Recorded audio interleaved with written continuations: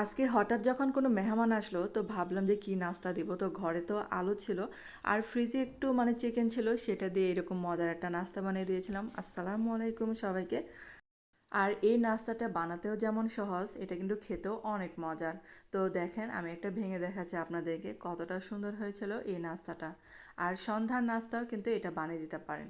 আর এখানে দুইটা আলু আমি সিদ্ধ করে নিয়েছিলাম, তারপরে যে কিছুটা চিকেন এটাও সিদ্ধ করে নিয়েছি। তারপরে এখানে রসুন কুচি, পেঁয়াজ কুচি, তারপরে যে কাঁচামরিচ কুচি দিয়ে দিলাম। আর হাতের কাছে ধনেপাতা কুচি থাকলে দিতে পারেন, আমার কাছে ছিল না, তার জন্য দেওয়া হয় নাই।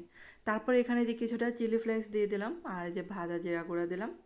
আর এখানে যে হাফ কাপ চালের গুঁড়া দিয়েছিলাম, বাইন্ডিংয়ের কাজ করবে। আর আপনারা চাইলে চালের গুঁড়া পরিবর্তে কর্নফ্লাওয়ার দিতে পারেন। আর এখানে যে স্বাদ অনুসারে লবণ দিলাম। তারপরে যে একটা ভর্তার মতো মাখিয়ে নিয়েছে।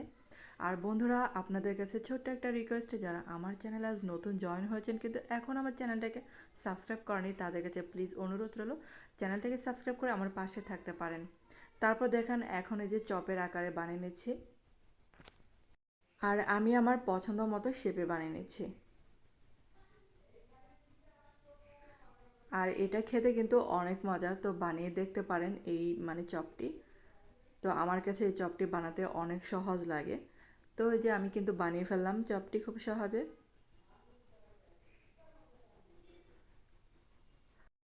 আর অল্প একটু চিকেন দিয়ে আর আলু দিয়ে কিন্তু অনেকগুলি বানালাম, তারপরে একটা ডিম আবার একটু ফেটে নিয়েছে। আর যে চুলায় আগে তেলটা গরম হতে দিয়েছিলাম, তারপরে যে এক একটা করে চপ এরকম করে ডিমের মধ্যে গড়িয়ে তারপরে আমি তেলে ভেজে নেব। আর চুলার আঁচটা কিন্তু আমি একদম মিডিয়াম আঁচে রেখেছিলাম।